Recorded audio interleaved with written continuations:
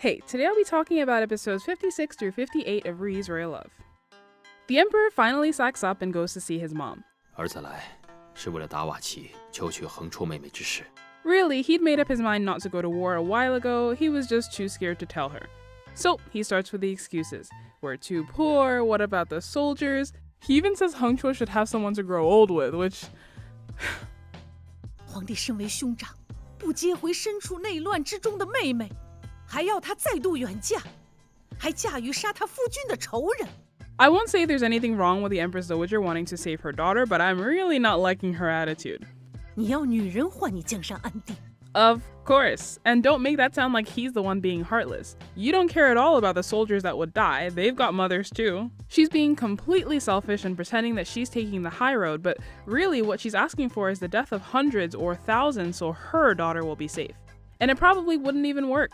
The Emperor makes it clear that he considered it, but if they do declare war, the new king will probably rape and or kill Hengchuo before they get a chance to save her. I mean, it's harsh, but true. If he's not marrying her, then why would he bother to keep her around? Hengchuo's fate is already sealed, and that's just the way it is. Now, I'm obviously not expecting the Empress Dowager to sip her tea calmly and say, okay, so my daughter is screwed either way, so let's force her to get married. But what exactly does she want him to do?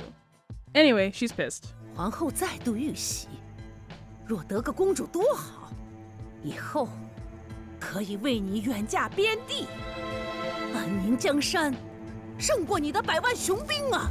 The Emperor sends the decree that Hengchuo is to marry the new king, and he and the Empress Dowager become estranged. Consort Shu was given permission to bring her son back into the palace. The Emperor was conned by astrologists into thinking that he and the 10th prince are ill-fated, so he had him sent away. But RuYi managed to convince him to bring his son back. On the trip back to the palace, as if to confirm the astrologer's words, 10th prince dies. Shu goes to see the Emperor for the most awkward comforting I have ever seen. So awkward. Shu falls into a serious depression, blaming herself for being too weak to protect her son. Not so, it was all Yanwan. She bribed midwife Tian to mess with Shu's prenatal care, making her sick and making 10th prince weak at birth, then bribed the astrologist to make the emperor believe in all this mumbo-jumbo, then convinced the emperor to send 10th prince away. But to the emperor, it's just, the astrologers were right. As always, thinking only of herself, despite all that's been going on, Yanwan has spent the last few weeks practicing her singing. She sets up in a garden that she's heard the emperor frequents, hoping to accidentally run into him. Instead, she's overheard by RuYi, who is not impressed. She sends Rongpei over with a message. By the way, I love how much respect even RuYi's maid commands. 12个丧妻唱欢词迷曲者，去12个灵位前罚跪1日1夜。 Actually, Creepy Eunuch purposely gave Yanwan a bad tip about this location, still a bit upset about their argument and wanting to remind her who has the upper hand.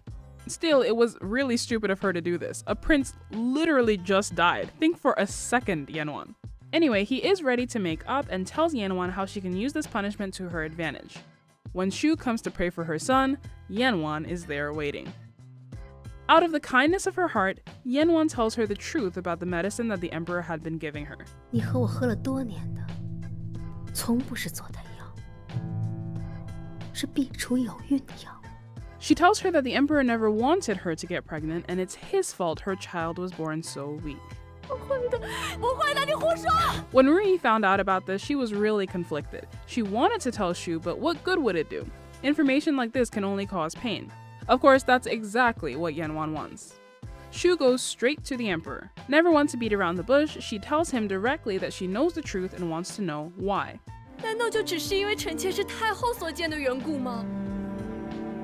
The emperor, as always, turns it around to make himself the victim. Do you know how hard it was for me to give you the contraceptive?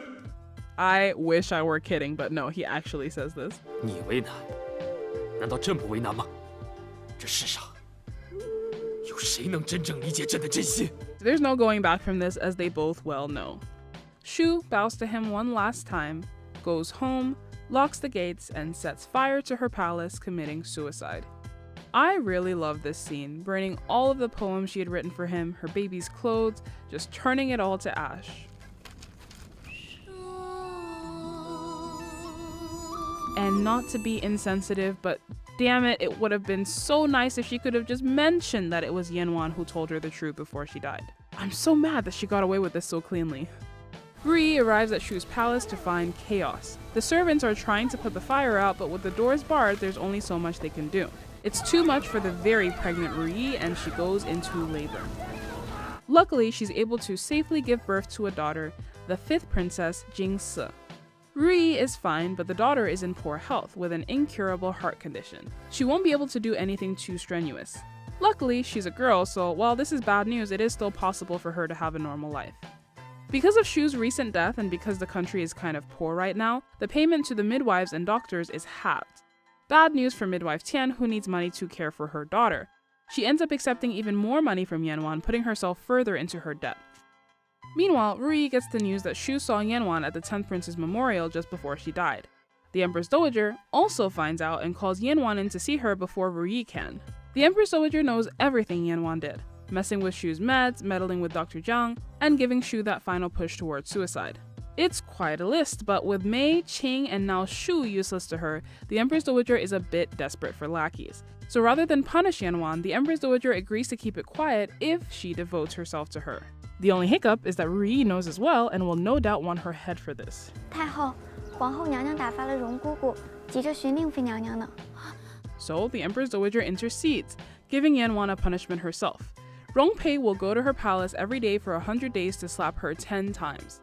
This is for sure way too light of a punishment, but since the Empress Dowager has already decreed it, RuYi can't add to it or change it. She could go to the Emperor, but 1, she hasn't got enough evidence, and 2, doesn't want to get into a fight with the Empress Dowager. Rongpei makes sure to get her time's worth though with some seriously heavy-handed slaps. Could not have picked a better person for this. And it's thanks to this punishment that we get literally the funniest scene in this drama. 景四还那么小，皇上就说这些，到底是阿玛疼女儿啊？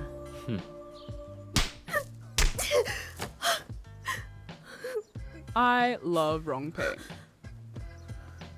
So, we have never seen anyone talk to the Emperor like that, though I guess if anyone, it would be his mom. It's just such a shame though that it's not for something he's actually done wrong. I really don't think the Empress Dowager has a leg to stand on in this argument. It's not like he wants to do it, it's just what has to be. She keeps saying not protecting his sister will make him a bad emperor, but you know what would make him a worse emperor? Disregarding his subjects to protect his sister. Instead of arguing over lost causes, I wish the Empress Dowager would use her power to get him to treat his sons better or get rid of Yanwan. I don't know, anything useful. Finally, rest in peace, Consort Shu. She was just not built for this life. All she wanted was to be happy with the man she adored. She never schemed against any of the other women or children. She worked so hard to toe the line between mother and son and keep everyone happy, and this is what it got her in the end. And once again, the Empress Dowager does not care. She's already on to her next victim. Yanwan is ready to be used. And now for a look at the book.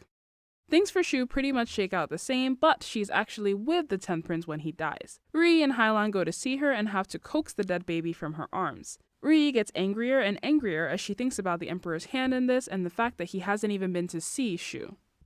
Hailan looked at RuYi worriedly. I'm afraid it's not simply politics. Maybe the Emperor is also worried about causing pain by being here? RuYi's heart jumped. She sneered. Causing pain by being here? Right, why wouldn't his being here cause pain? 10th Prince had been born weak. He had grown up taking medicine for his illness. How could anyone know that it was really due to the contraceptive medication the Emperor had been giving Yihuan that had weakened her body and harmed the mother and child? It was no wonder he didn't dare come, wasn't willing to come. RuYi's heart hardened in an instant. She reached out for Yihuan, forcing herself to speak gently, and with the cold objectivity of an onlooker, she said, "The child is dead. Go and make the Emperor look with his own eyes. Look at how his son died despite all of the medical treatments. Only letting him see it with his own eyes will carve it into his bones so he will never forget it." When Shu leaves, Hailan comments that it seems RuYi has begun to resent the Emperor, and this is why they had to make the Emperor so much nicer in the drama. As cold as he is in the book, if RuYi were still in love with him, it would point to something seriously wrong with her mental state. Whereas in the drama, he's terrible but still warm enough that I can understand a childhood sweetheart not yet falling completely out of love with him. So Shu goes to see the Emperor, then she gets comforted, then things turn out exactly the same with Yanwan revealing the secret to her at 10th Prince's prayer site. And then, one of my favorite scenes in the book so far, the scene with Yanwan singing and trying to get the Emperor's attention, plays out a bit differently and is very hilarious. Yanwan sets herself up in a garden and, to her credit, she sounds wonderful. She's overheard by RuYi, Ying, 5th princess, and the emperor, who is enraptured. RuYi unwittingly took a step back, and her eyes met Ling Yunche's as he was following behind the emperor. Ling Yunche had also guessed the identity of that person. He merely shook his head slightly and turned his gaze as if he had not heard a thing. The corners of RuYi's mouth sank, and her expression darkened. So the emperor is captivated by the voice, and Yunche chirps up that it must be a really talented singer from the Nanfu troupe, the same troupe that Mei came from. Then RuYi gives Ying a look, and she takes the hint, pulling the emperor away to go listen to music at her palace. RuYi let out a sigh of relief, falling a few steps behind. Is it Consort Ling? Yunche smiled bitterly. It's her voice. When we were younger, she loved to sing opera. She had some skill. I can recognize her voice. Rongpei snorted. I thought she had been quiet these last few days, so this is where she was hiding. RuYi glanced at her and said, since you don't like it, go punish her on my behalf. Tell her she's not allowed to act like such a fox going forward. Then Rongpei and Li Yu go to see her, and they turn it all around, lying to Yanwan and saying that the emperor had mistaken her for a lowly Nanfu singer, and they hope he doesn't end up calling her in to perform for everyone. Anyway, I just love this scene because I feel like I can so easily see their expressions as they struggle to handle Yanwan. They are sick to death of her. As am I. Till next time, thanks for watching.